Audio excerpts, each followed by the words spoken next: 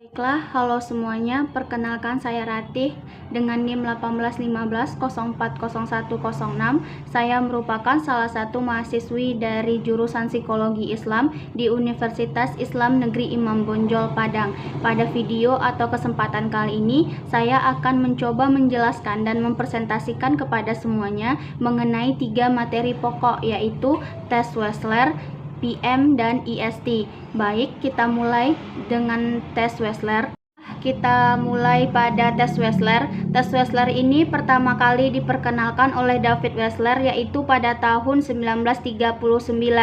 Alasan kenapa memperkenalkan tes ini karena pada tes intelijensi sebelumnya terdapat beberapa kekurangan, yaitu pada tes Stanford-Binet. Lalu apa saja sih kekurangan pada tes tersebut? Yang pertama, tes Stanford-Binet ini tidak dapat digunakan untuk mengukur intelijensi orang dewasa. Yang kedua, tes Stanford-Binet ini hanya bergantung pada kemampuan bahasa saja. Maka secara umum, David Wechsler telah memperkenalkan 3 tes intelijensi. Yang pertama, The Wechsler Preschool and Primary Intelligence atau WPPI. Tes ini digunakan untuk anak-anak prasekolah dengan rentang usia 4 sampai dengan 5 tahun. Yang kedua, The Wechsler Intelligence Scale for Children atau WISC digunakan untuk anak-anak dengan rentang usia 5 sampai dengan 15 tahun. Kemudian yang ketiga, The Wechsler Adult Intelligence Scale atau WISC dengan usia 15 tahun ke atas. Kemudian untuk sejarah perkembangan dari tes Wechsler ini, yaitu pada tahun 1939 tadi, David Wechsler memperkenalkan untuk pertama kalinya tes intelijensi ini diberi nama Wechsler Belouf atau WB, atau dikenal juga dengan WBIS. Pada tahun 1949, David kembali memperkenalkan lagi dengan nama WISC untuk anak-anak rentang usia 5 sampai 15 tahun. Kemudian pada tahun 1955 diperkenalkan kembali dengan nama WISC untuk rentang usia 15 tahun ke atas. Kemudian pada tahun 1974 terjadi beberapa revisi pada tes WISC sehingga ada yang diberi nama WISC R yang berarti revisit. Kemudian pada rentang waktu 1981 sampai 1999 terjadi juga beberapa kali revisi pada tes WISC sehingga ada yang disebut dengan WISC 3.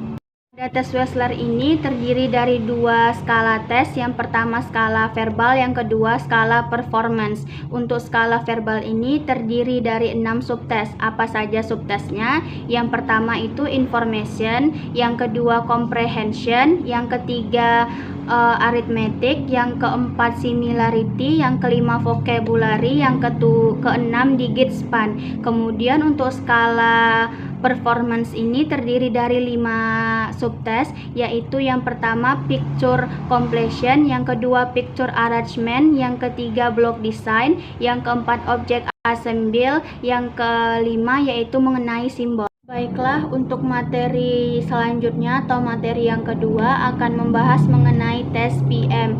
Tes PM ini sendiri terdiri dari 3 tes, yaitu SPM, CPM, dan APM.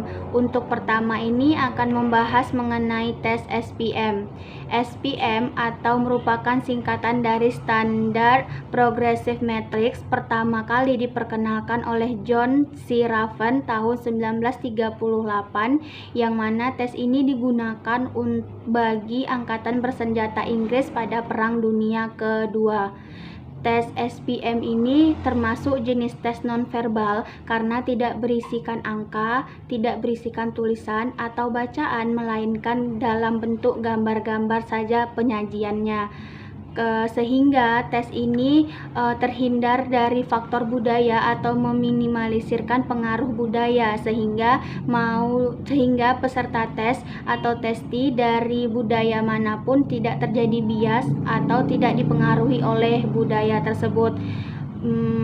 Berdasarkan jenis tesnya yang bersifat nonverbal atau hanya disajikan dalam bentuk gambar-gambar saja, maka tujuan tes ini adalah secara umum yaitu untuk meningkatkan pemahaman peserta mengenai gambar-gambar, menentukan hubungan gambar tersebut, dan mengembangkan pola pikir mereka secara sistematis melalui gambar tersebut. Baiklah, setelah membahas SPM, lanjut kepada CPM. CPM itu sendiri merupakan singkatan dari Children Progressive Matrix, yaitu diperkenalkan pertama kali oleh John C. Raven juga pada tahun 1938 di Britania Raya.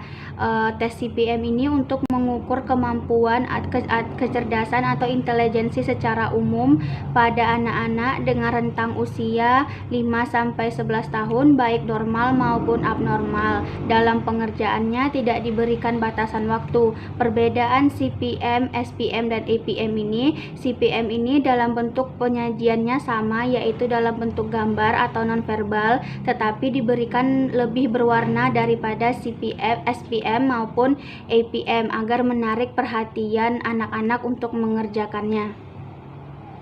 Oke, masuk kepada tes terakhir dari bagian tes PM ini, yaitu APM.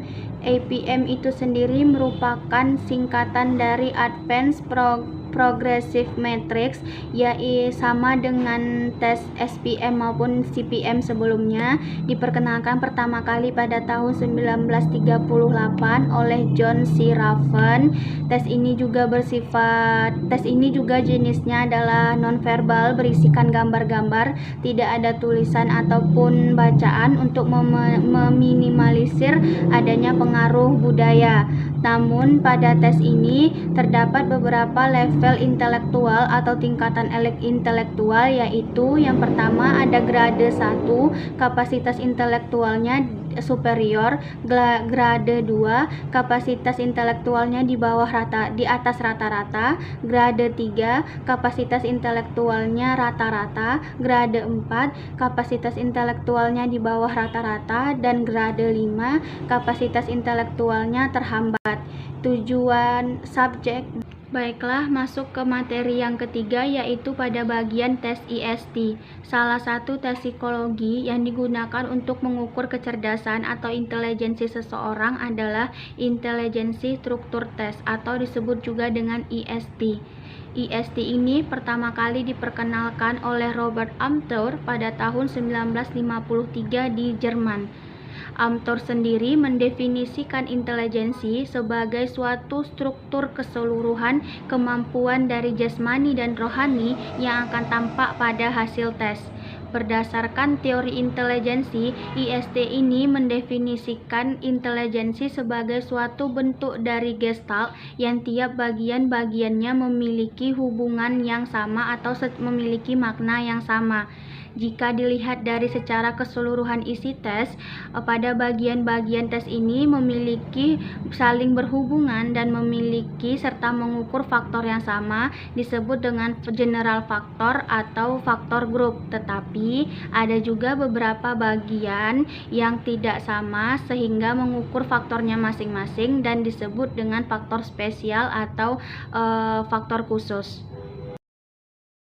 Kemudian untuk manfaat dan tujuan dari tes IST ini adalah yaitu untuk menentukan pola kecerdasan atau intelijensi seseorang sehingga membantu untuk memahami diri dan pengembangan diri, atau dengan kata lain juga manfaat dari tes ini adalah membantu penentuan pendidikan dan karir serta membantu untuk memecahkan masalah individu itu sendiri.